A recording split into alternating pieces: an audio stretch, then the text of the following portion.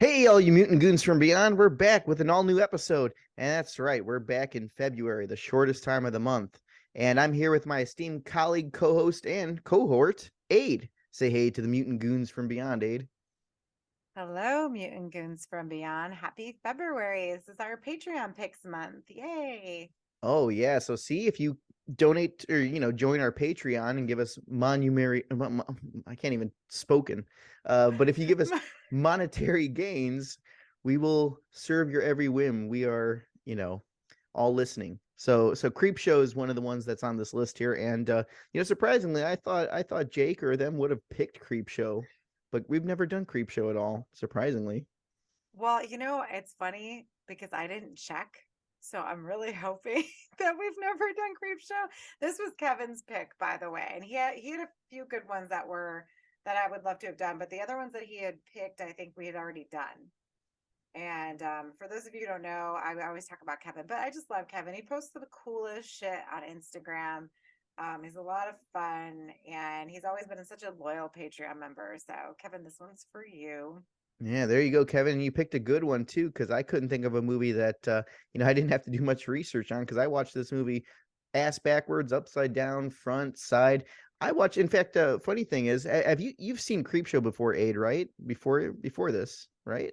I seen it, and it was funny because I was talking to someone earlier today, and I was like, because I'd rewatched it yesterday for the episode, and I was like, I don't remember any of this. So I think I know that I've seen, and I know I've seen it because I remember specifically what I remember the most from this one is the segment with Stephen King and the bush and the whatever is coming out of the meteor. Yeah, meteor shit. Yeah, meteor shit. And I remember that specifically, but then like I think I was kind of getting it like mixed up with Creepshow 2 and Tales from the Dark Side because I'm like, but my favorite part isn't coming on. What's happening? So, Well, well, that tends to happen because Tales from the Dark Side, George Romero also, did that one too, and that was supposed to be Creepshow 3.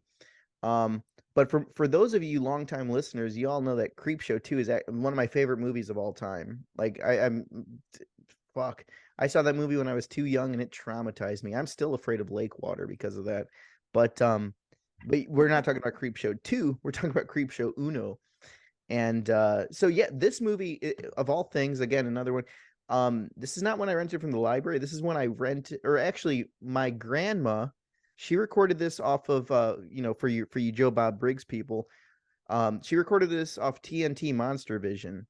mm, So I saw this. That's the first time I saw it with Joe Bob hosting it, and she recorded it on tape because I didn't have cable at the time. She did, and yeah, I remember like I was never scared of this movie, and I saw this. Well, I saw Creepshow 2 first, and then I saw this years later, and I loved it. In fact, if you ask me, I think Creepshow still is like the cream of the crop. I think it's one of the best horror anthologies of all time, still with all the stuff here. And it's George Romero and Stephen King together. Five stories. Yeah, and I feel like this movie is a good. It is violent and gory, but I feel like this is a good intro for like younger audiences to come see it to get a taste of what horror is. yeah, it's gateway horror because it's a little comedic. It's not too it is violent, but I wouldn't say that it's almost comically violent at times. And I guess we'll get into it when we talk about the segments, but there's just there's a lot of and see Creepshow 2 I feel like is more accessible to a younger audience. Like I feel like Creepshow Part 1, like your grandma probably would have liked this one, right? Like Yeah, well, see, here's the thing though. I've discussed this a few times. I think Creepshow 2 is more for adults, even though there's the whole wraparound is like an animated segment. I think that's what fucked me up as a kid because when I saw that, I'm like, oh, this is a cartoon. Through the mm, mid segments, and then seeing like the hitchhiker get fucked up, his face gets bashed in with the car, people getting shot up with arrows, scalping, people's skin melting off by the blob in the water, people like having uh unconsensual sex on a raft. Like there's yeah, it was that guy's bad. He deserved to die. But yeah, I mean, I think Creepshow 2 fucked me up more. I had it's weird, but I think I had enjoyed Creepshow as a kid more like because it was a fun movie, whereas Creepshow 2 was traumatizing. I'll be honest, Creepshow 2 traumatized me. And I could see where they're totally different. I mean, I feel like Creepshow too, it kind of starts off a little comedic in the beginning because it's in the like Midwest or whatever, it starts off in like the desert, Hmm. the cigar Indian Yeah, like stuff. Arizona. In fact, I went to all those Um, locations where they filmed that. They still look the same. oh, that's awesome. Well, yeah, I mean, no, and that's the thing. It's like those desolate areas are so perfect for a horror film, I feel like, because they are just so like, well, I guess for lack of a better word, I'll say it again. They are very desolate. There's nothing going on out there, and it's terrifying knowing that you're out in the middle of nowhere alone all of the time. Like I live in the city. Hmm. I don't know how I could manage living in the middle of bumfuck nowhere and there's like one saloon and you have to drive a while to get to it. Like, what is that? Um, so I think that's such a great setting for the part two. But for this one, you know what? And it's funny that you say that because I was never really scared of Creep Show because of the cartoons and the whatever. Hmm. That's always like because in this one, and the ghoul and stuff is not very scary. He looks like especially in this one, he looks like a what is it? Like when you go to a cheap Halloween store like Party City and they got the plastic thing hanging up, Yeah, like and he that's kind what of it moves looks. around. Yeah, he looks just like the skeleton on the cover here.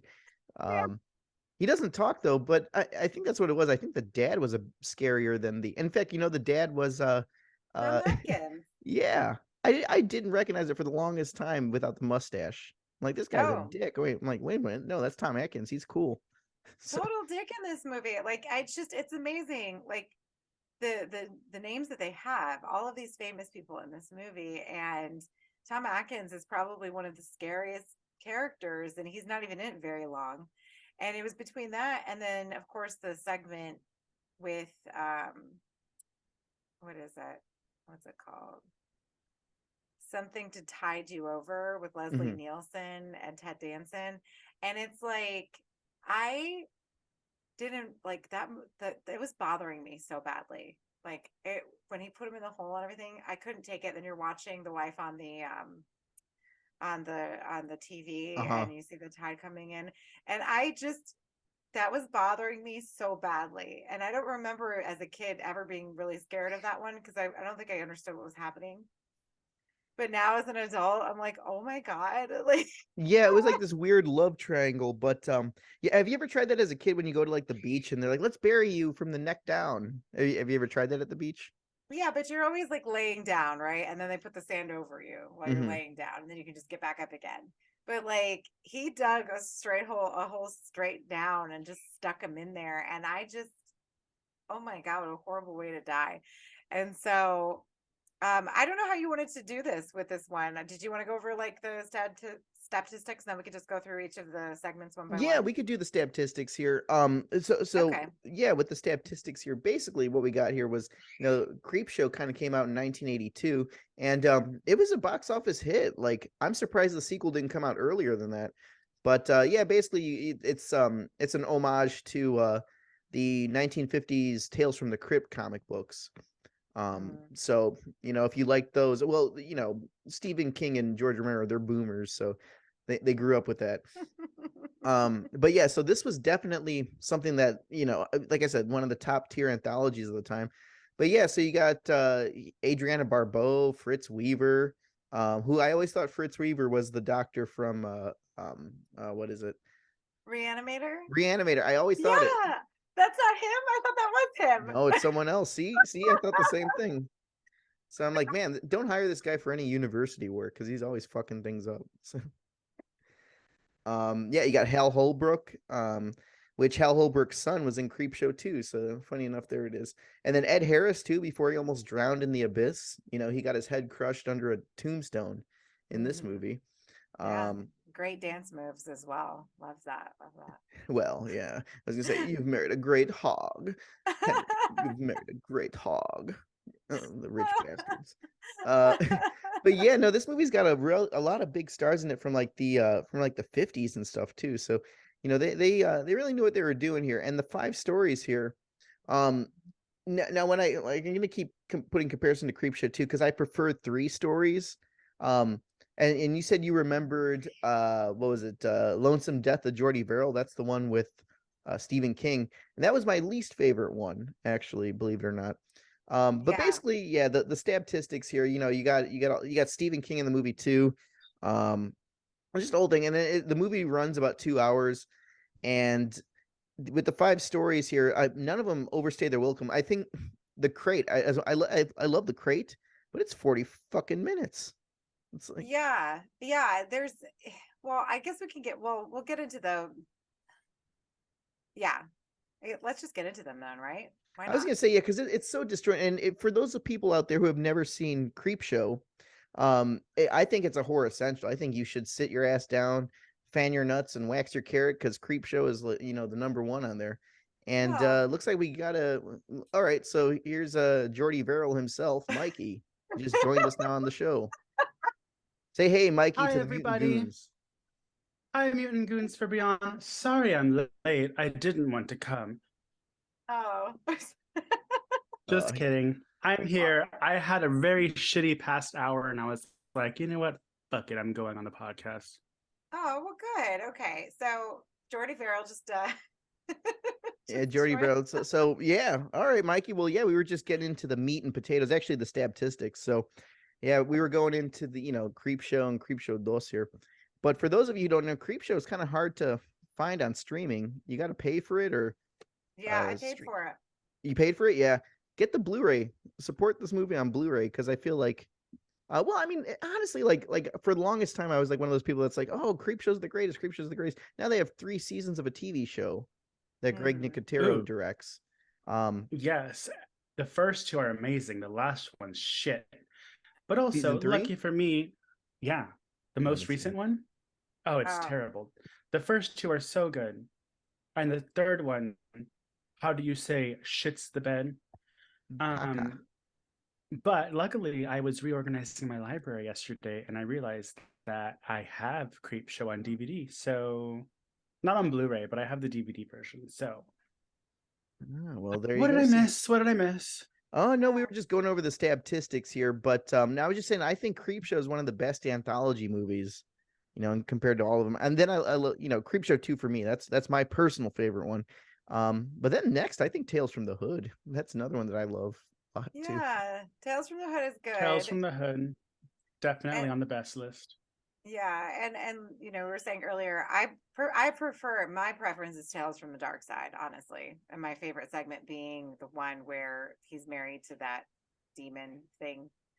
And Oh, is that the Christian one the Slater is gargoyles start fucking? yeah, Okay. yeah. And Christian Slater is so cute in that movie. So I'm like, oh. But it's just I'm sorry. Someone decided to Would you come like me to home. step in? Stella. Ugh. Yeah. Um, No, no, no. But anyways, I go ahead. Go ahead, Mikey. First of all, I love your sweater. Second of all, I think Creepshow is so good because it not only is just a great anthology, but it's almost like a time capsule. Like, I don't know if some people would think the hyper colors and the freeze frames and the Dario Argento type coloring that happens throughout Creepshow would be cheesy, but I actually think it works because it reminds me of stuff that scares you as a kid. As an adult, those effects were kind of like, oh, haha. But as a kid, it's like, ah. And you have Stephen King behind it, you have George Romero behind it, you have a really hot Ed Harris in it. Is that his name? Yeah. Ed Harris. Well, he's better without Ed hair. Harris. He should have just started shaving his head then. Unfortunately, he didn't, and he got his head crushed. So I mean, poor, I wouldn't knock it poor out of Ed bed, Harris. but No, he's there's so really many hot. celebrities involved that I'm like, how did was Leslie Nielsen big during this time? Yeah, I Like think Uh, Leslie Nielsen's not a horror he was, actor, but he wasn't fun. He wasn't like doing his typical Naked Gun style stuff at the time. yeah, he's which usually makes it he was way such a better. Hmm. yeah, he was such a creep in this movie. He bothered me and I was telling Doug before you got here that segment bothers me the most. It just bothers me. Yeah, it's And sinister. it's so like mean spirited. And because when I see Leslie Nielsen, I think of like, isn't he Mr. Magoo too, or Hmm. whatever he plays? And then he's also in The Golden Girls. He marries Dorothy in the last 2 episodes. And so like I hate seeing him in this role. It makes me sad. He Um really is like America's dad. Like they used to say that about Bill Cosby, but fuck Bill Cosby. Leslie Nielsen is America's dad. I know we were just bitching about Ghostbusters earlier, right, Doug? Yeah, I was like, I'm still haven't watched anything Ghostbusters. I'm so sick of it. But Yeah. yeah, so that now another thing too, like before we get it, like we're going through the statistics and stuff, like another thing that really stuck with me, and I still will stand near it to this day, but I think this has like the best horror like score soundtrack for like any horror movie. And Mikey even said too as a kid, you know, the backgrounds when they change when someone sees something terrifying, you get the stripes or you know, something Yeah. like that. And as a kid, I think that's appealing because it was made in 82, but it feels Yeah. very 1950s comic bookish, which I Yeah. think is a cool because it's like the EC comics, the Tales from the Crypt ones. Yeah, and you know, Do in they 80, go ahead. I was gonna say, do they use the theremin in the score? I can't remember. The I theremin is that thing that's like I don't think I don't recall any of that, but John Harrison did the score, and it's the same guy who did the score for Day of the Dead, which you know I think Day of the Dead has a great soundtrack too. So Yeah, it's very it like felt very piano and 70s synth, yeah. yeah. for sure, for sure. And if you look at that year for 82, we had Cat People, we had Halloween 3, which with Tom Atkins. So this was Tom Atkins' Oh yeah. year. Yeah, with a Fast, mustache. Like I said, like I now Mikey, did you know that was Tom Atkins without a mustache playing the fucking bully dad? I didn't know that Yeah, for the I knew longest that. time. well, He looks just like Tom Atkins. I don't like seeing him like that. Like I like him, I like fun Tom Atkins and like cool Tom Atkins. I don't like him like beating Joe Hill. Stephen King Is stuff. that Joe Hill? It's Joe Hill, yeah, which I thought was hilarious That's because funny. I'm like, and he and Stephen King are making this like face with their eyes the whole time in both segments. Did you notice that? Because like you know, I never paid attention to any of No. this when I was a But kid. Like you don't. Hmm? don't don't judge me, but I kind of think Stephen King's kind of cute in this movie. We're gonna Well, get to that. We're gonna get to each segment, and then I. if you like The only abusive thing uncles, like that's what he looks like. Like only thing he abused is this pussy is all I'm saying. You know Oh what I'm my talking about? god! Oh. well, we haven't even gotten to him Hmm. growing his weeds out, you know what I mean? So Well, we'll get to that in a second. And really quick, I just want to go over the time. So it was 120 minutes, mhm. which isn't too bad. I found well, we'll talk about some of the ones that are parts that dragged it in a minute. But the competition, I don't know, for 82, we had Cat People, Halloween 3, Basket Case, Yeah. um, Friday the 13th, part 3. We had Amityville Possession, The Slumber Party Massacre, The Thing came out, the House on Sorority Row, which I want to do one of these days because I love that movie, and I know none of you have seen Oh, it. I've seen it. You've seen it? Okay, it's actually really good. Like Yeah, it's got a creepy clown in it at the end. yeah, it's a lot of fun. Poltergeist, and all the women are really like pretty badass. Poltergeist, and then I guess that's about it. So it was a good year for horror. I would probably say that Creepshow is probably in the top there because I mean, to have both Stephen King and George A. Romero at the helm of this, Stephen King writing it, Romero directing it, like, what better time could you have? Like, Oh, what exactly. And better they duo? both it was like an homage with that they both loved, you know what I mean? So it's like two guys, you know, who are like the top of their game making something that they're a fan of, you know what I mean? Like that's kind of yeah, like, that's Yeah, how and then the Munsters could have been. I don't know. I know, and and having Tom Savini involved obviously was great too, and that he even gets a part in the movie I love.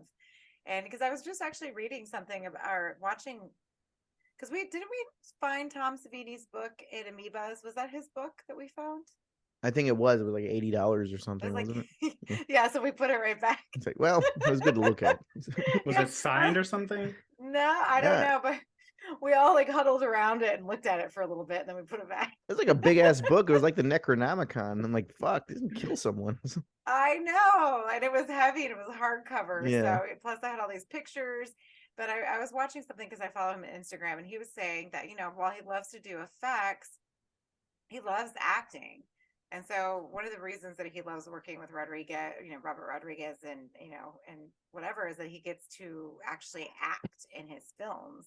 And he got to act in this film, which I thought was a cute role for him because he's pretty hot. I think Tom Savini does it for me, not Stephen King. I'm just going to say that. We got to Tom hear your Savini looks too reasonings much.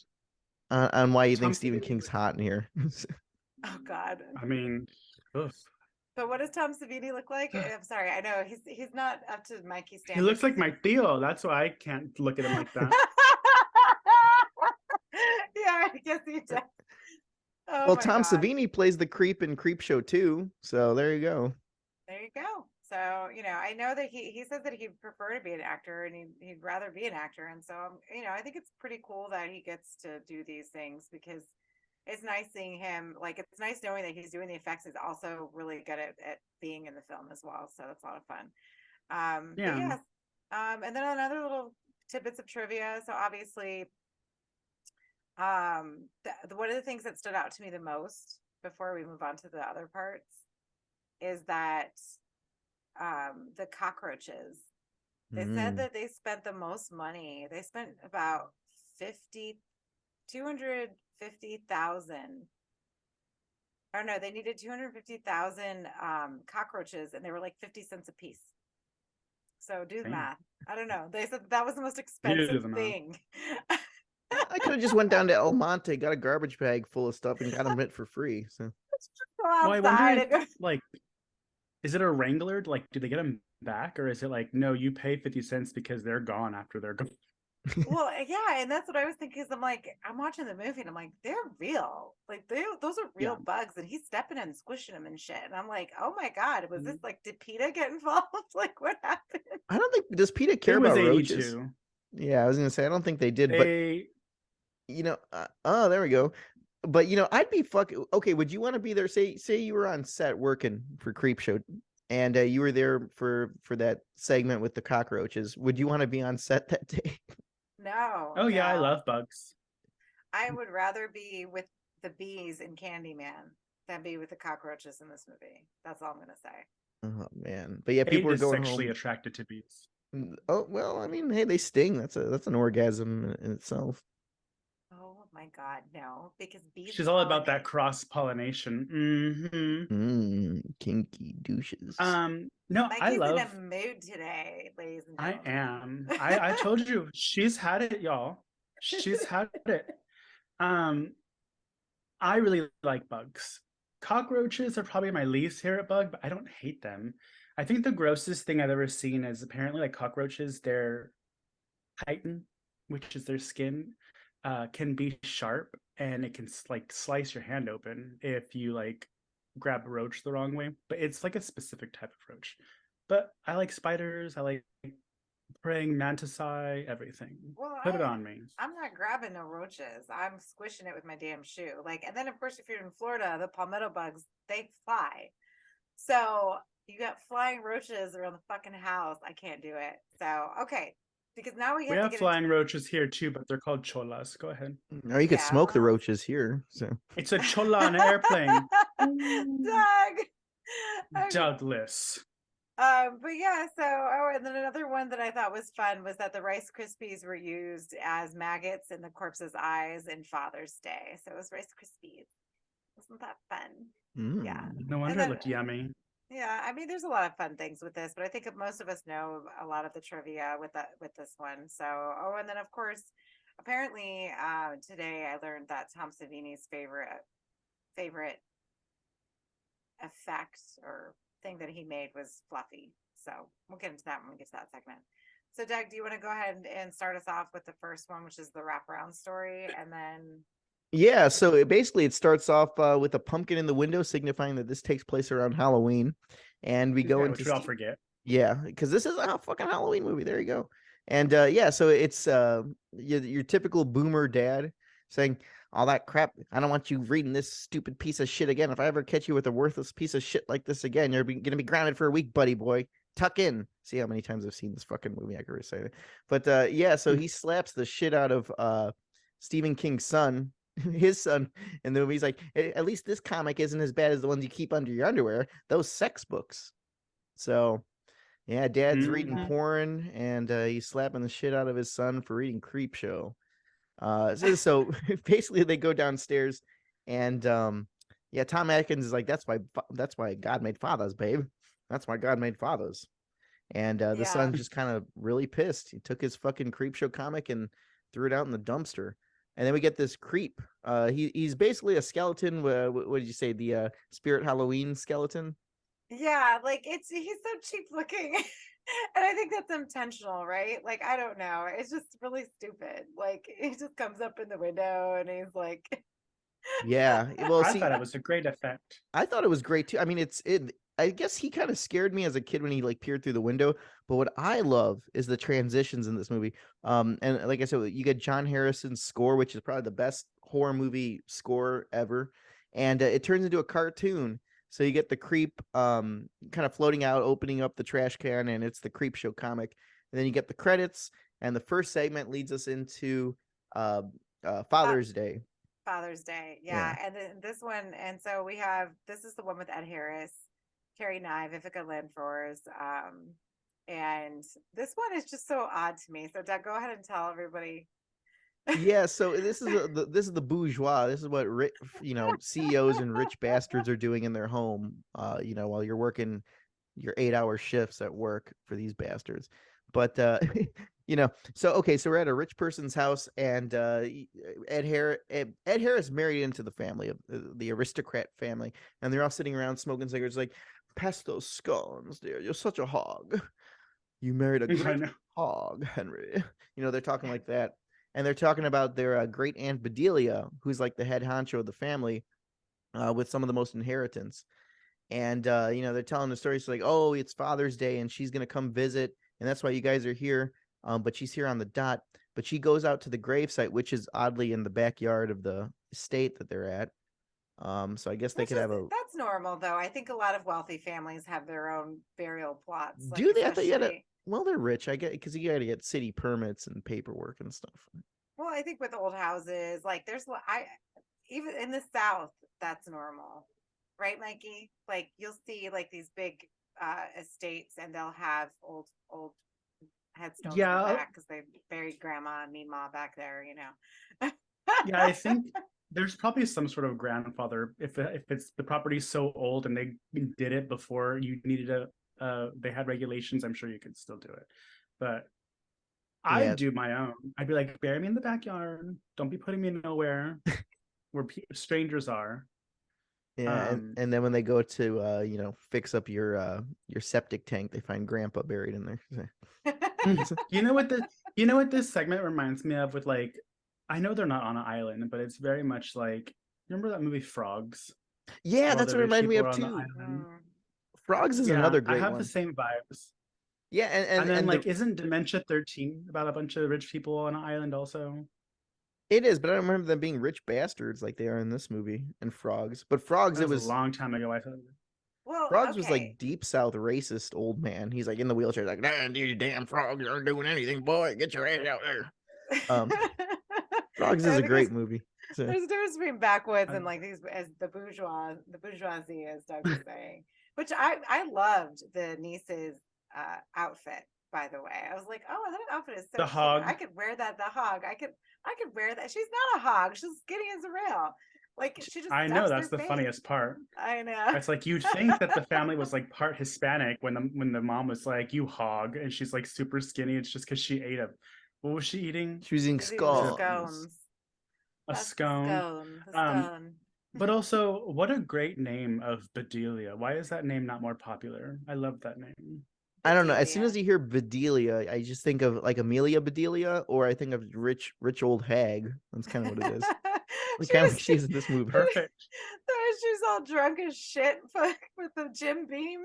Oh yeah, Look- a I screech know. to the heart, as they say. And she's chewing on, and she's an old lady chewing on a fucking cigar, and that cigar is like fucking moister than. Oh man, I'm not even gonna go into it. But, Then um, she is. so yeah, they're telling the story, right, of what she did to her father, which is the whole point of the name of the movie, right? yeah, So and so with this piece here, which is really cool because they're telling the story of like, oh, Aunt Bedelia's here, and like, what's so special about Aunt Bedelia? It's like, well, she's the one that gave us all of our inheritance, share and share alike. because Bedelia's dad was this fucking rich, like, just think of like the worst old man possible in here. Like he looks like Bernie Sanders, actually. He does. He looks like Bernie Sanders. Bless And his heart. and he has his cane, and he's just like, I want my cake, Bedelia. Where's my fucking cake? And he's slamming it on the table. But the reason, so she's like kind of his caretaker, Aunt Bedelia, and she can't stand this fucking shit. He's screaming, he's like yelling at her, and then when she finally, they called it like she fell into a courtship. She starts going steady with this guy, who liked hunting, and Nathan Graham, the father, didn't like that, so he made it look like an accident when he went out and shot Bedelia's husband, or boyfriend at the time. I can't remember if it was boyfriend or husband. So that just sent her crazy. She's like, "Oh, my dad killed my fucking husband, and he's treating me like shit, and I'm his caretaker. I can't stand this shit anymore." So everyone in the house too. I even like the maid in this movie. The maid, she's like, she has like this wide open face, like she has O face the whole time. She's like, Oh yeah, she's because but that's when you see her later, I'm like, yeah. Well, the maid in this is like the telenovela maid, where she's always like, I'm not going to say anything. I know this is a rich bourgeois aristocratic family, but that guy needs to get killed. I'm not going to say nothing. Oh my god, it was so funny. I mean, So, and that's yeah. Go ahead. Sorry. oh no, I was just saying. So yeah, that and this flashback too, like it has like that cool comic book kind of inserts. So like really, when the dad is like slamming his fucking cane on the table, it's in this like little picture window, in the shape of like a cake frosting, which is really cool. Like this is the only movie I could think of where they have those insert shots inside the shots. And so she gets pissed off and can't take it anymore. So she grabs an ashtray and bashes her fucking dad's head in, and he falls to the floor with a big gaping hole on his head, just seeping out blood. So she killed the dad, and the inheritance went to her sister and everyone else, and they're like, and that's why we're here celebrating, because we all got our inheritance, and she killed that devil of a man. But we can't say anything. He was a prick, and then I think the best part of that whole scene was that they're handing the ashtray to Ed Harris. She bludgeons him with the ashtray, and Ed Harris is just looking at it like, "What the fuck?" He's like, was this the yes, my dear? Yes, that's the ashtray. And speaking of which, too, this is the only time I've ever seen like a lady have the cigarette that Cruella has in the cartoon. It's like a cigarette stick. Yeah, I love that. I just want to hold it. I don't smoke cigarettes, but how sexy is that? Just hanging out with. Well, you got to wear like those long leather gloves. So Aunt Bedelia comes down. She pulls up in her Bugatti, and she's drinking her Jim Beam, and she's stumbling. She's driving drunk, by the way. So she goes up like Mr. Magoo. Yeah, and she pulls right up, and she's just like chewing on that fucking cigar, and yeah, she goes up to her father's grave, and she's going in there, and she like a shot I really like a lot of, like I always pass it up as a kid, but when I see it, I'm like, this is the kind of funny thing here.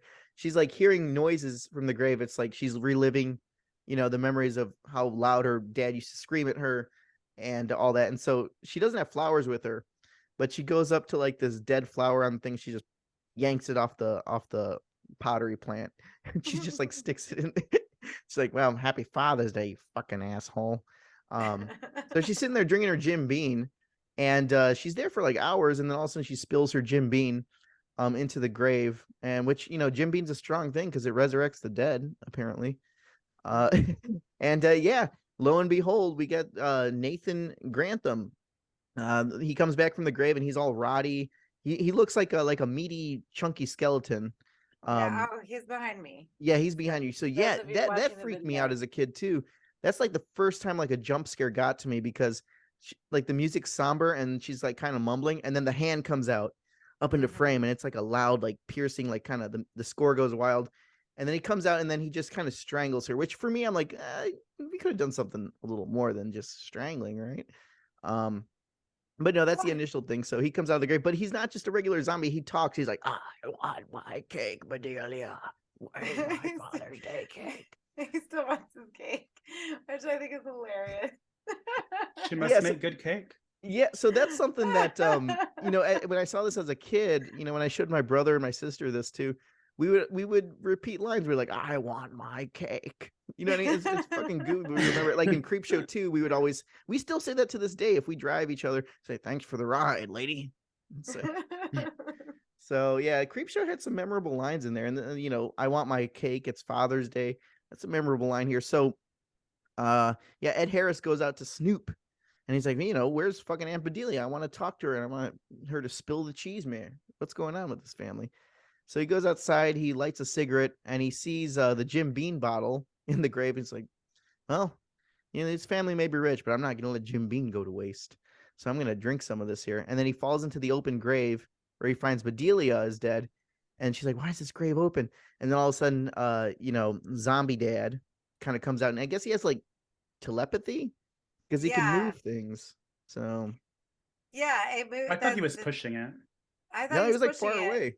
But then he was in front of Ed Harris, and so like I don't know if he was pushing it and then it was about to tip and then he moved in front of it. Whatever. The whole point is that Ed Harris sees dad in front of him, and the thing is about to fall behind him on top of him, and he can't get up and he can't move. So Yeah. Well, let's also let's explore the word all of a sudden, because it took a very long time for that thing to fall. And yeah, he he could. didn't seem like he was interested in getting away. He was like, It was kind of like a saw trap. Like if I move, this thing goes faster. So he's like, should I move? Should I not? I mean, if it was me, I'd just put Aunt Bedelia over me. But yeah, Yeah, exactly. he could have got his ass up. That was a little bit of a waste, but whatever. So he's gone. Which for all of this happening, so we only lose Bedelia so far and Ed Harris. mhm. Which what is his name? His name is Hank. And then you go back and the gay brother and the sister are bitching and moaning and she's hungry and this, that, and the third. I think that if the family went into once they went into the kitchen and it was dark, that would have been a sign for me. Like, why is the fucking kitchen pitch black? Yeah, and well, I think the gay brother even says like, "Are we conserving electricity?" Yeah, that he even says that when they go in. I'm like, yeah, keep going and see what happens. Well, it's like, well, you never been around a Hispanic family. We turn off the lights for everything. Oh my Yep. God. I'm just sitting in the dark. And then like, but that's the best part, I think, is when she goes into the kitchen and then that's what made me scream when the maid falls into the door. And you just see her face in the glass. Like we see it, but the character doesn't see it until she turns around. And Yeah, then and then you get one of the most iconic things. Like you'll see this at conventions and stuff. I see some cool like cosplay where people walk around with the head on the tray. yeah. So she gets Like scared and she this. sees the pots are boiling, and yeah, so he just kind of goes, "I want my cake," and he just twists her fucking head around. And it's like a full thing. It's like her head goes all the way around, full Exorcist style. Um, yeah, and then the brother and sister go in there and they explore this. Like, why is the light on? Are we conserving energy? We're rich. You know, and yeah, and then good old daddy comes out with his cake, and it's the severed head of the sister with the icing and the candles on it. And he's like, "It's Father's Day, and I got my cake." And then you get the scared, kind of Scooby Doo looking lens in the background where the character's in shock, and and then it's over. Father's Day is only like 10 or 12 minutes long. It's great. Yeah. That one was short and sweet because then we get into this next one, which is the Stephen King Jordy Verrill, the You guys want to cover that one, or Lonesome Death of. Well, let's just glaze over it because that segment is so long and so unnecessary. I hate that one, and that's the one. I don't know why that's the one I remember the most as a kid.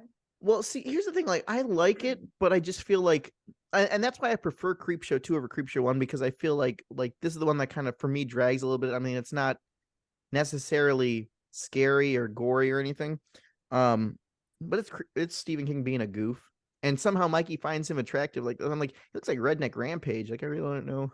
Okay, so Mikey, now we have to ask you since we're in, and it's hilarious. We were calling you Jordy Verrill when you were popping in.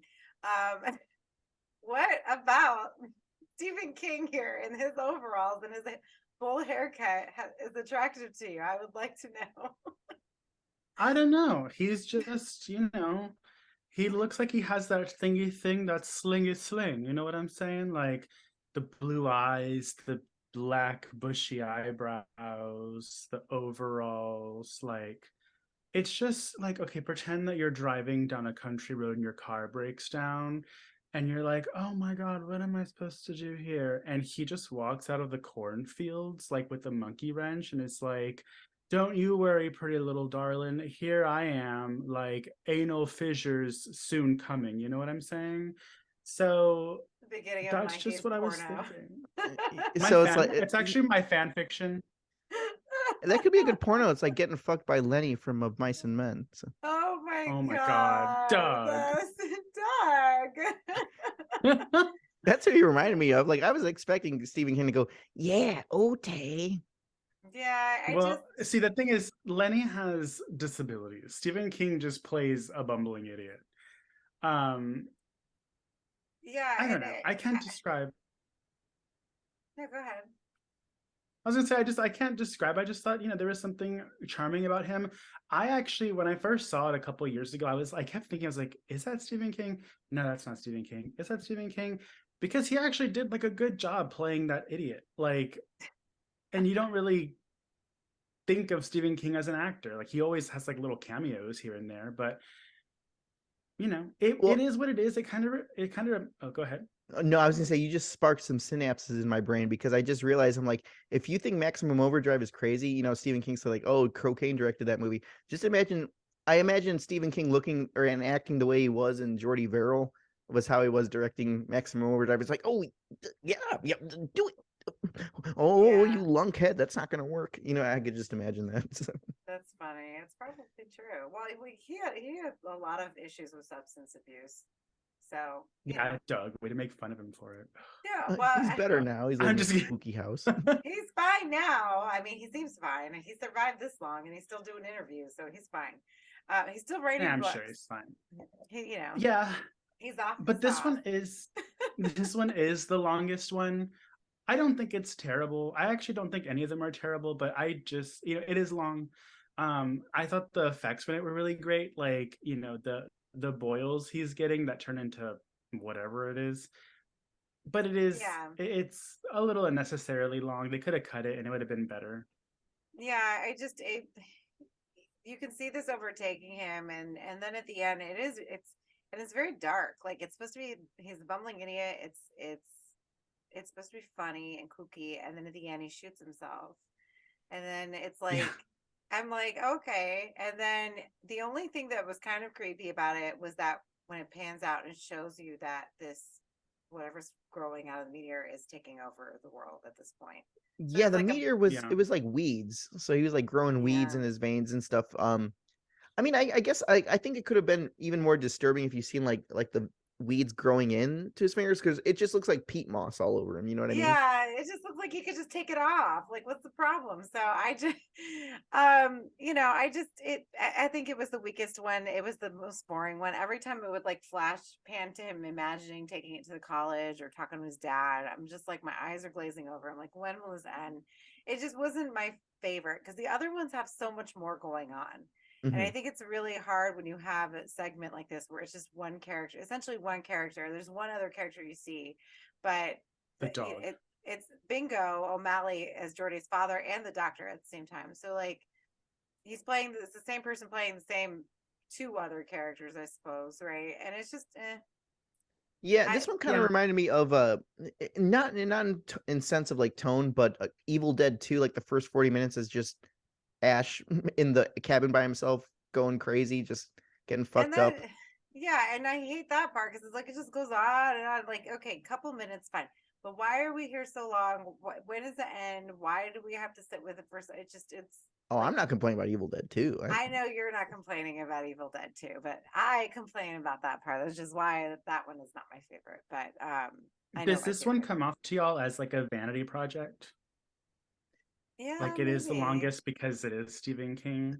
This one, I don't. This one feels like they had to.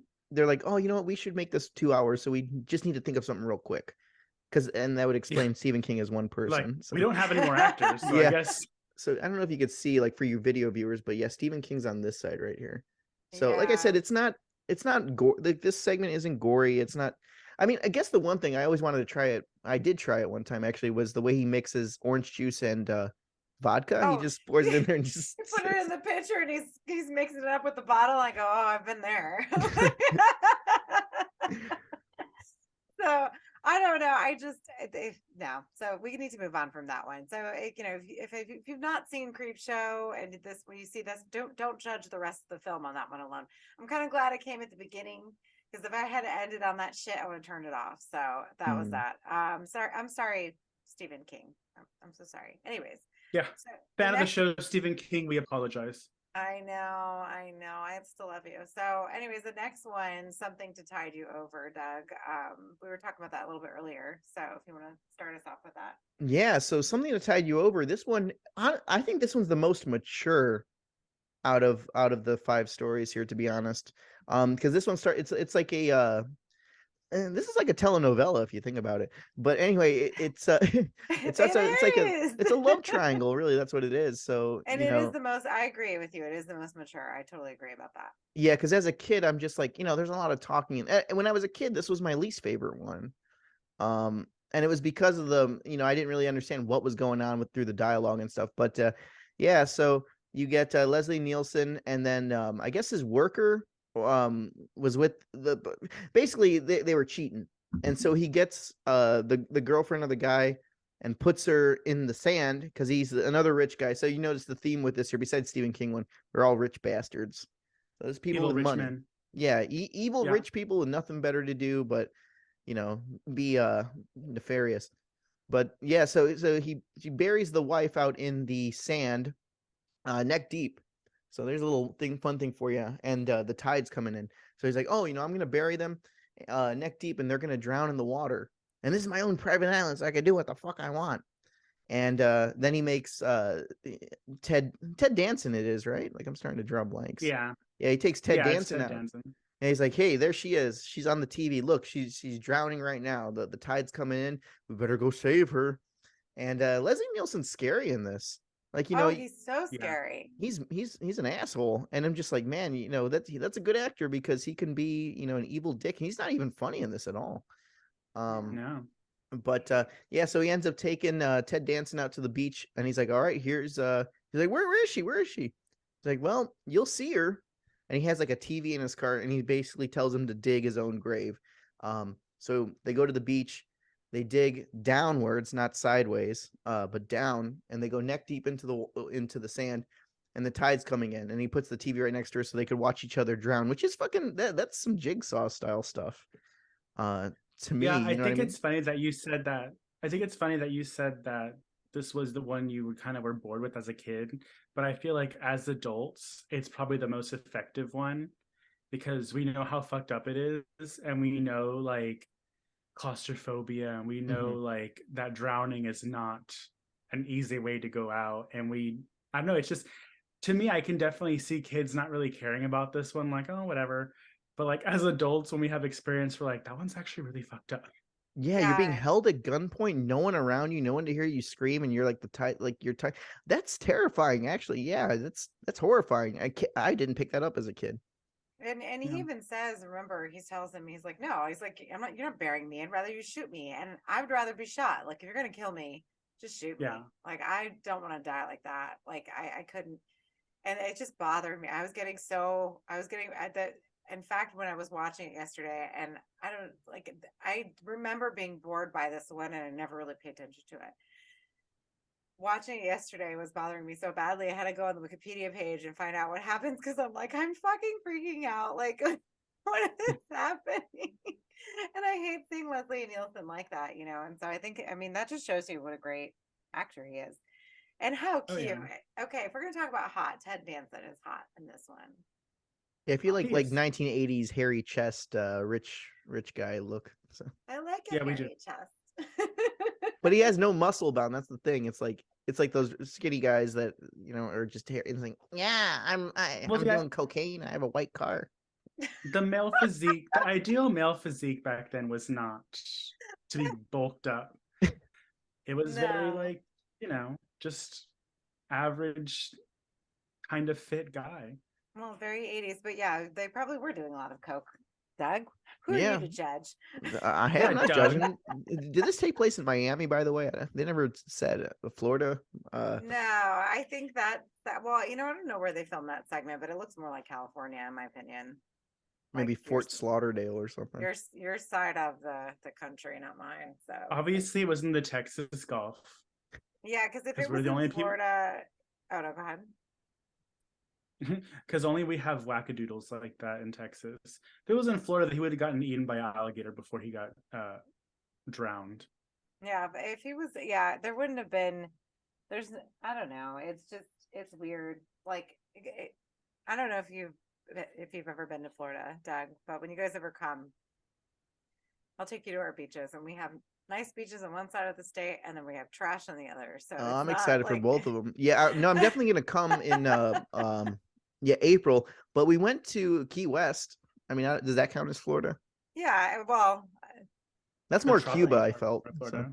it's Florida, but it's not Florida. Like Key West That is was the best still fucking Cuban country. coffee Yeah, I've ever had. I'd go there just for the coffee. yeah, But we're not talking about coffee. We're talking yeah. about Leslie Nielsen's Anyways, man so what? perfume. Continuing on with the story, I know we're getting sidetracked. So yeah, Leslie Nielsen goes back. He's like, "Well, a job well done." And the scary thing is the water. If you know how sand works, sand like gets deeper and it kind of caves in like a cement. So Yeah. that's fucking terrifying. So either you drown or your insides get crushed. You know, your lungs and everything, which is fucking terrifying. Um, I could see. I mean, I understand they filmed it, but I'd be afraid to do stunts like that for the movie because I'm like, so many things can go wrong. They're actually digging on a beach there. You know what I mean? And so yeah, Leslie Nielsen goes home, and he's watching his monitors where he has them both kind of Leslie Nielsen's texting me right now from beyond the grave, and he can hold his breath for a long time. But yeah, so he goes home and he realizes like, yeah, there we go, they're dead, they're drowned. Yeah. And so he goes to check on them and he realizes he's like, "Yep, the tide pulled them in. They're dead. They're drowned. Nothing to worry about. I can go back home." And then which I imagine smells like an old person's house because he wears like this perfume. He's going to take a shower and he's like blub blub blub blub blub blub blub. And here's another point I picked up because I have this Blu-ray and I used to watch this on DVD a lot, even on VHS. But when I got this Blu-ray, I never noticed something in the back, which is even creepier. When Leslie Nielsen opens up one of his cabinets, he has a bunch of VHS tapes with different dates and different names. Oh, I didn't see the writing on I never the noticed that tapes. until I saw because this is like a 4K 4K scan of the original negative. And yeah, he must be a serial killer then. Yeah, he is a killer, and that's the thing. It's like he's got all this money, but he gets off on watching these people die, right? And then he saves the tapes. He saves And the then what I tapes and dates and then them. I Yeah. thought was so bad was that he was bitching because he's like, "Oh, my maid's always moving my stuff," because he was looking for a tape, and he was bitching about the maid. So he doesn't even like hide it really. He's just a crazy person. VCRs were very expensive at the time. They're probably like, "Well, I don't know how to work. This is reel to reel." So yeah, Yeah. so he goes to take a shower, and then like I think this segment has the best music too. It's got really good tempo, and if you know if you've heard it, you know what I'm talking about. But yeah, so the tension in this just builds because you realize they came out of their grave and they're walking around the house and they're all kind of ocean based, like they have seaweed all over them. Their faces all kind of like looks like fish got to them. Mhm. They don't have eyes; their eye sockets are empty. They're so gross. Like they're nasty looking. Like Yeah, and they have this it. effect too, like kind of like Father's Day, the same voice where it's like it's like kind of like water in the throat.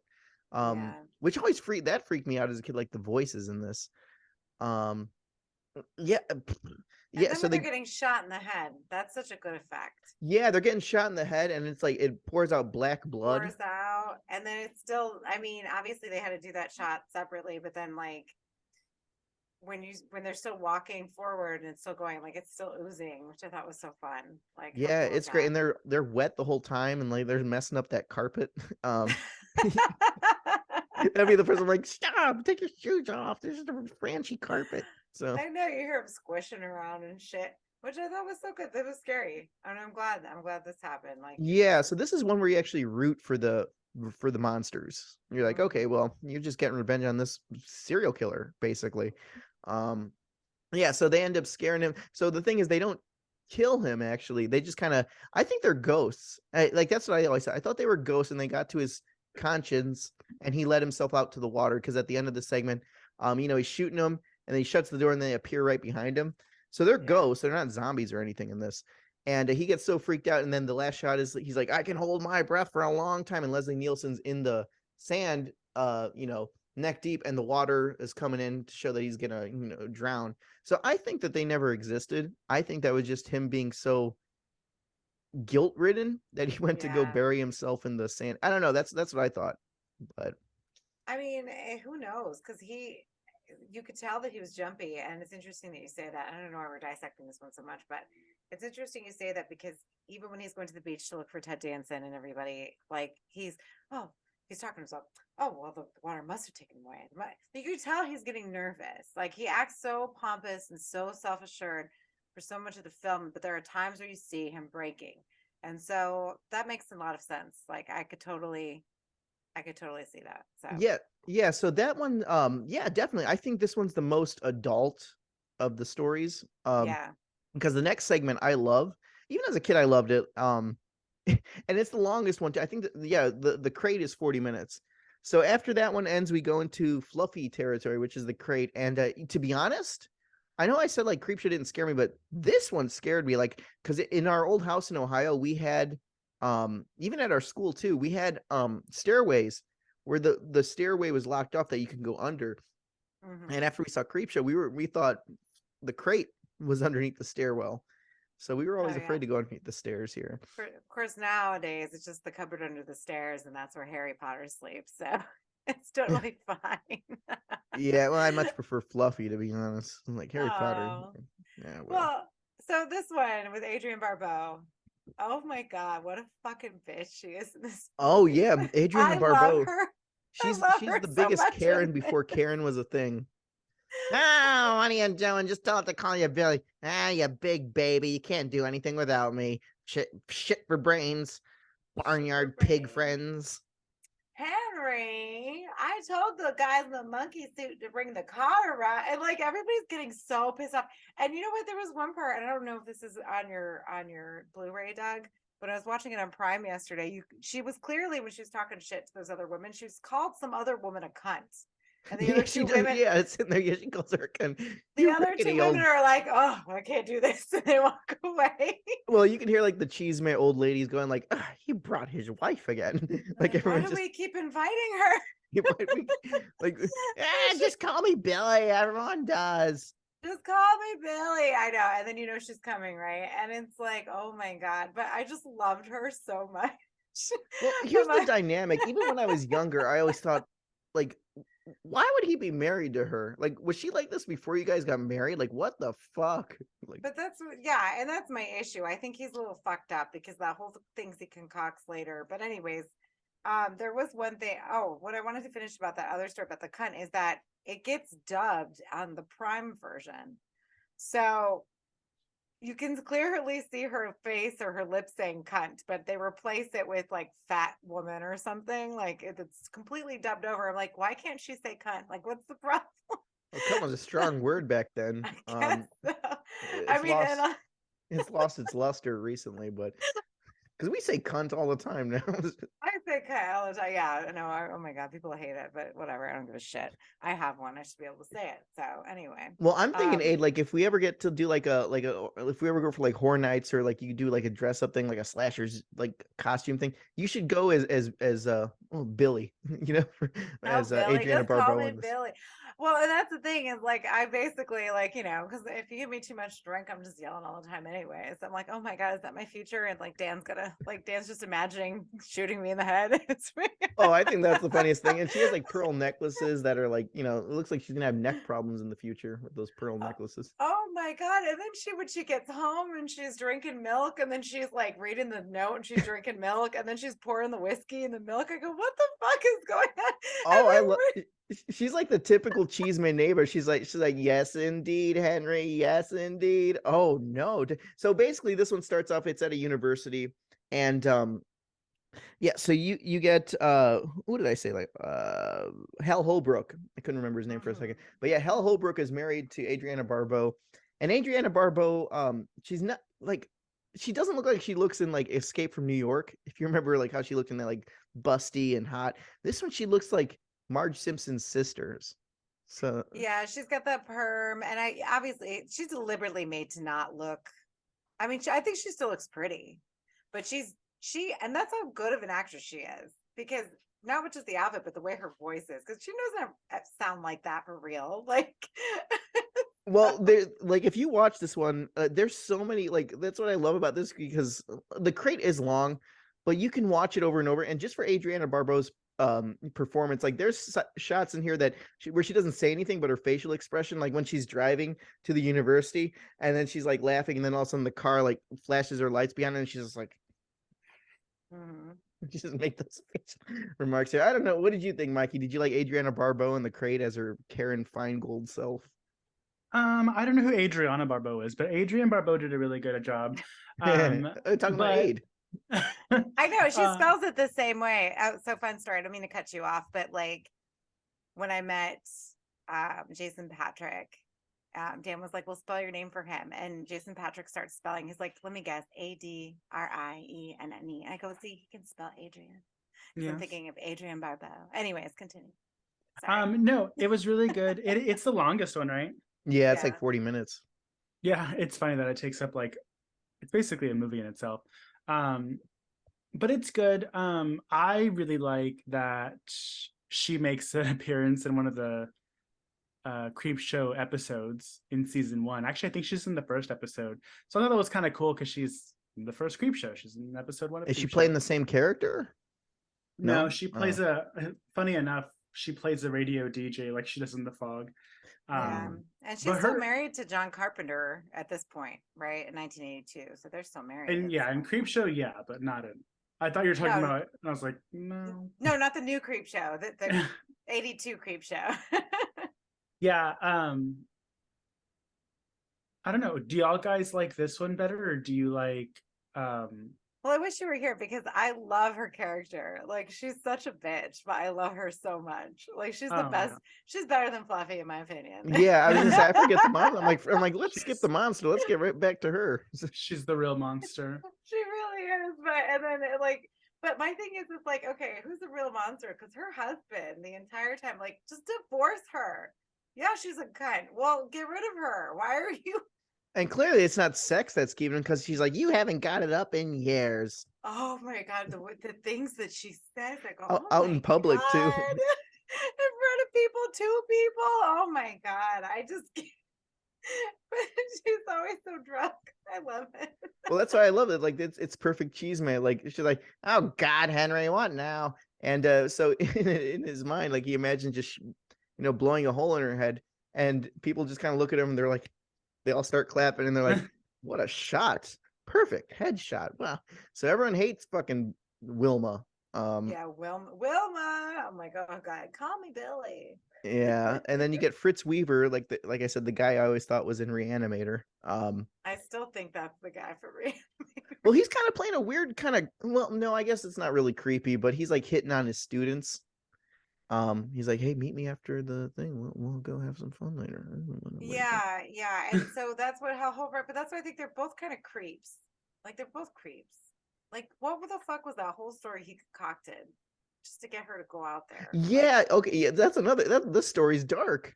Like when it's so you're older, dark. you're like, what the fuck? That's Like domestic abuse. who the Like hell had time to write all that shit? That's what she's like, I need to go to the university because my friend he beat this girl. Now she's so scared he broke her arm and she's hiding under the stairwell and she won't come out. It's funny, Billy, but she it's won't so come out. funny. And she's like, no, the Henry, this is good cheese, man. This is a good cheese, man. Ooh, yeah. So And that's she's why like, she goes. And she's driving in the car with the milk. yeah, she's driving the car with the milk, and she's like drunk too. It's like, was she drunk with the milk? Because she like Yeah, stumbled around. She's like, what are you doing, creeping around down there? then she brings the milk. It's like she won't even put her drink down because she just pours milk. Like I don't know why people drink milk. It's disgusting. But she just pours the milk and then she's pouring the booze in there. as she's Ew. drinking the milk. And then she's driving the car to the university drunk, walking around with the fucking milk. I'm like, I can't. Like, what? Whoever, like, this is the best day of my life. I love this episode. Yeah, so like I said, it's fun there, and then basically what happens is the janitor discovers he drops his quarter. He's like, that was my last quarter for the Coke machine. So he drops it underneath the stairwell of the university, and he comes across a box that's like chained up underneath the stairs that have been there for years, and it's the carpenter John. It's like a carpenter Arctic expedition. So right when the thing came out, which is weird, maybe they knew they were filming stuff side by side. But yeah, so they end up pulling the crate out. The professor, who's friends with Henry, comes down, and they take the crate out, and they're like hammering it, which I always thought was weird because Fluffy looks big. I'm like, how the fuck is he gonna fit in this box? And so they go to open it, and then the janitor sticks his hand in there, and you realize it's like Fluffy's this monkey. It looks kind of like a Bigfoot monkey with sharp razor teeth. You guys are looking at the video; he's right there. Yeah. You know, But if you ever watch Creep, which I think Creep kind of pulls, like the mask looks like Fluffy Yeah. from Creep. So, and that's why I was like, where did I see that from? And I saw it from Creepshow. So yeah, it's like a weird mix of like a Wendigo kind of Bigfoot. yeah, like a wolf. Yeah. I don't know what the hell it is. Anyway, it eats But the janitor. but it's tense, and I will say like the editing and just the directing of this scene, like where they're the janitor and the professor are like hammering it down, like the music, and just it's a really tense moment. I remember as a kid, like it kind of freaked me out, and even now it's like when the listening to the speakers and stuff, like surround and everything, it sounds really good and it's tense. Even though I've seen this a million fucking times, just watching it's like tense, and you realize he sticks his hand in there, and then Fluffy kind of comes out and he sucks the janitor's ass all the way up into the crate. And blood's just fly. This is probably the goriest segment too, because there's just blood flying all over the electrical panels in the school and stuff. And so this one's definitely really bloody. Well, yeah, it's bloody, and I think you're right, especially with the pacing and everything, especially when Charlie goes down with the professor, and the professor's freaking out. He runs into his students talking shit to him, goes down. But the students doing the right thing. They're trying to figure out what it is, right? And so when he goes under the stairs and he tries to get the shoe, I keep thinking, oh my God, it's going to get him when he gets the shoe. And he like kicks the shoe out really fast. I'm like, oh my God. And it's quiet too. There's no music on this part either, which is tense. Because you saw what happened. It's like, man, this guy's going to get ripped to pieces. I mean, and he does eventually, but he does at the unexpected moment. And I think that's what's so effective about this segment in particular is that Fluffy comes when Fluffy wants to come. Like there's no, you don't know when it's going to come. And the music, because you're typically in movies when you feel the music building up, like, okay, something's going to pop out. Yeah. Nothing. So I thought that was such a great moment. So kudos. Yes, I do like that this segment's the longest, but I think that if we were going to have this 40 minutes, that we could have done without. Yeah, and like I said, it builds up too because you really want to see what happens. So basically, Henry goes down and he's like, "Oh, I gotta go see what's going on," but he realizes like I've been fantasizing about killing my fucking wife for the longest time. Maybe this is my way out. So he writes that big Cheesemate letter to Wilma and saying like, "Hey, come down to the university. There's some weird stuff down here with the professor beating a co-ed." That's what the letter said. I'm like, fuck. I mean, if I was this to her, I would call the police. Like, you just beat up a girl, now she's hiding under the stairs. Like, what the hell? Like, like what am I supposed to do? Oh yeah, and then she goes down, like instead of saying like, what's going on? She's like, is she still down there? Is she a mess? Yeah. Ooh. Like I'm just like, man, this lady like probably promoted Jerry Springer before it was a big thing. But she got excited, and that was to her detriment. Yeah, so Henry kind of feeds her to the crate monster down there. And that's when she goes in. She's like, "You'll be wearing your balls for earrings, and I swear to God, this, you piggy friends." Like, she lets it all out. Oh, she does that. She just fucking lets him have it with her milk in her hand. With her, yeah, she had while she's getting her face ripped off, she still has her fucking milk in her hand. So that was so good.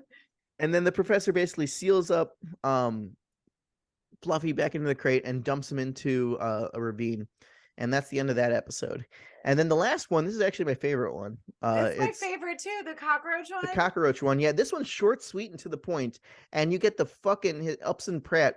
If you don't know who he is, he's the the grandpa in Christmas Vacation.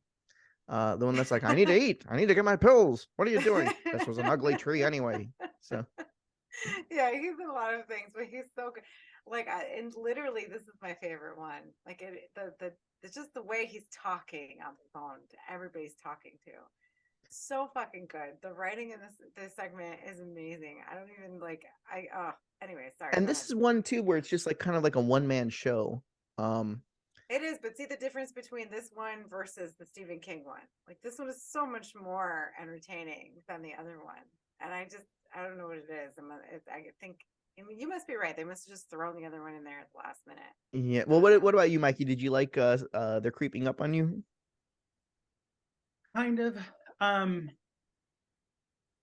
It's not the most memorable one for me, but what I did like was, and I keep talking about it, but I didn't realize, and it's which is weird because I thought I saw this pretty recently, but maybe I started watching it and I didn't finish it. But this is also very parallel to another Creepshow episode about roaches. So it's like, and I think that one might have had Barbara Crampton. I don't remember.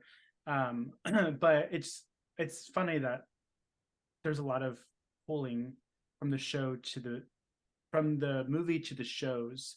Um, I thought they were just new ideas, but beats me like an egg. You know what I mean? Mm-hmm. Yeah, Be, ovaries and all. be careful Mm. with them eggs. They're too expensive right now. We can't waste them. So, Well, there's roach eggs. You can have that. Ew. oh yeah, Yeah. maybe quail eggs.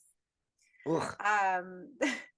But yeah, no, I honestly this was probably the best one, and so go ahead. We'll talk about it really quick, and then we have to wrap it up. But Okay, yeah, this one's a long one here. But yeah, so basically what makes this one different too is that this one takes place in a high-rise apartment that's all white. So this is a very sanitary episode, which plays very well with the sterile. cockroaches. Yeah, very sterile. He even has like a silver can.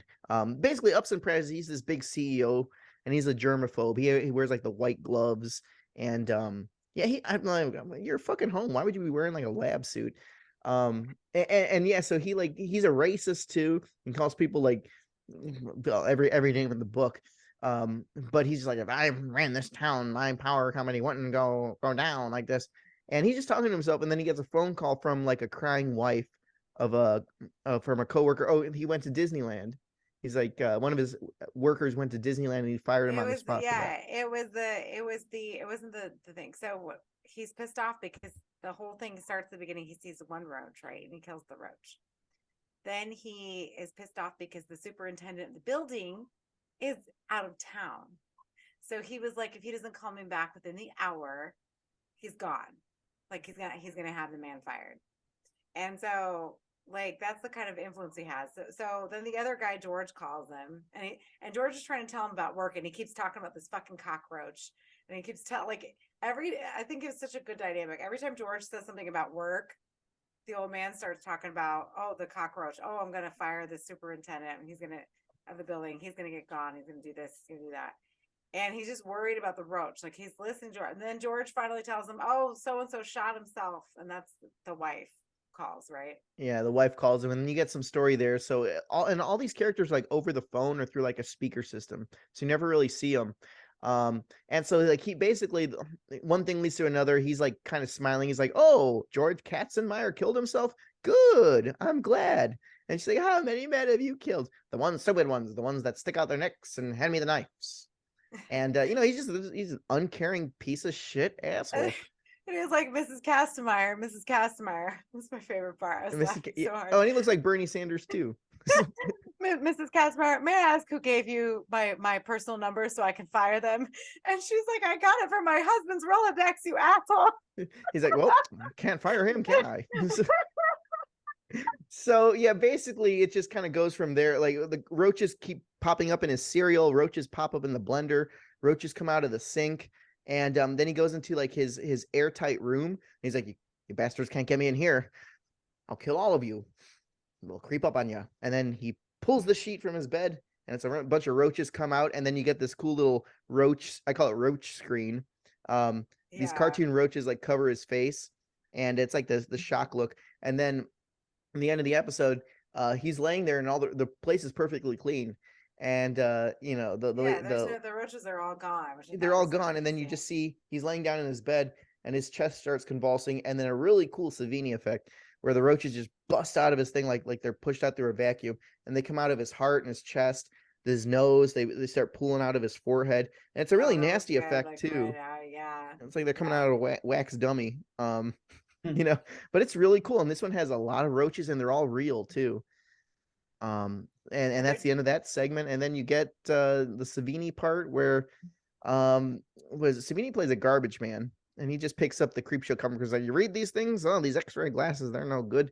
And it's back to Stephen King's son, and Tom Atkins is basically saying, I got a kink in my neck. I don't know what's going on. And the son basically bought a voodoo doll from the Creepshow comic. He sent it out in the mail. And he's spiking his dad's neck. Keep picking him with the pin, voodoo Yeah. style. And yeah, and that's the end of Creepshow. And I think we went through it. This is a long episode, but it's a 2-hour movie too. So Yeah, it was. I know I was going to be a little long, but I'm glad that we went through the segments. So, really quick before we go, like, which one is everyone's favorite? Like, should we go around the room? um well, I like the crate, but I think my favorite one that I could watch over and over is the something to tide you over, or not the cockroach one. So Oh, they're creeping up on they're you. creeping up Okay, on you. Mikey. I don't know. I think I really like the aesthetic of the first one, the Mm, Father's Day one. Hmm. That's probably gonna be my favorite. I like that one too. I like all of them, to be honest. So But yeah, I like all of them except save for the Jordy Verrill one. But yeah, I would say that they're creeping up on you is my favorite as well. Like, it's so funny. The tide you over was good. It's too uncomfortable for me. Like, it's eh, very strong. So like I said, yeah. that's the one that's like very mature. Now, if we got to Creepshow 2, that's the one I love all fucking three of those. I love the cartoon. Creepshow 2 is like more of like it's not, I wouldn't even say like that's a movie that gets me in the feels. Like when I watch it, I kind of get like choked. It's weird. I can't explain it, but that movie just gets me like, oh, such a perfect movie. So, taste of I mean, innocence. yeah. Without spending too much time on it, The Raft is amazing. Yeah, the raft one is good. So, you know, Yeah, they're I terrifying. think I'm still afraid of lakes because of that. So well, lakes are disgusting. I don't know why people swim in them. Ew. But I live in Florida, so I don't get in lake water. Um, but yeah, so I guess we're coming up on the end of the episode. yeah, that was a good long one, and I hope you guys all enjoyed it there. Yeah. And we got Mikey to show up midway through. Just tell it to call Yay. you Billy, Mikey. So Call me Yeah. Billy. Everybody does. all right. Well, I guess we'll run into the final words here. So yeah, if you guys want to support us on Patreon, this is a Patreon pick from Kevin. So definitely go onto our Slashers Podcast Patreon, give us monumental dinero, helps feed the dogs. You know, keeps the lights on in the ojos. And we got a Slashers Podcast Red Bubble as well too, so you can wear dental dams, thongs, dildozers, whatever you want in the Slashers Podcast merch here. What's the address for the Slashers Pod, Mikey or Aid? You guys might know it better than me. It's slasherspod.redbubble.com for all your dental dam and dildo needs. Yay. Yay. All right, there you go. Well, we're trying to get tampons in too. I wonder what's going on with that shipment. Trying to think what else. Oh yeah, so Trash Juice is available on Blu-ray. You can go to my Instagram at Doug Bizarro, and the link is in my bio. All the slashers here. Mikey's in there. He has a heartwarming performance. Aid has a heartwarming performance as Mia T. Curtains. Yeah, everyone's in there. So if you want to see like us like doing a movie, I think Trash Juice is like a good example. And I just got word too, Tubi picked it up. So it will be on Tubi. I can't give you an exact date. I don't know when. So yeah, we got that. And then if you have Roku, check out B Movie TV. We'll have new episodes. Jake is hosting Friday Night Action next week. Oh, So okay. yeah, so he's going to Yay. be doing a substitute episode for me. So it'll be fun to have the return of Jake on a new episode there. So Roku, B Movie TV, check us out there. We have commercials for Slashers Podcast playing. We have commercials for and that's another thing too for you independent if you guys have a podcast or like a movie or something, send it our way because we could probably get it to air on the filler, like the commercial segments for B Movie TV. So reach a little audience that way.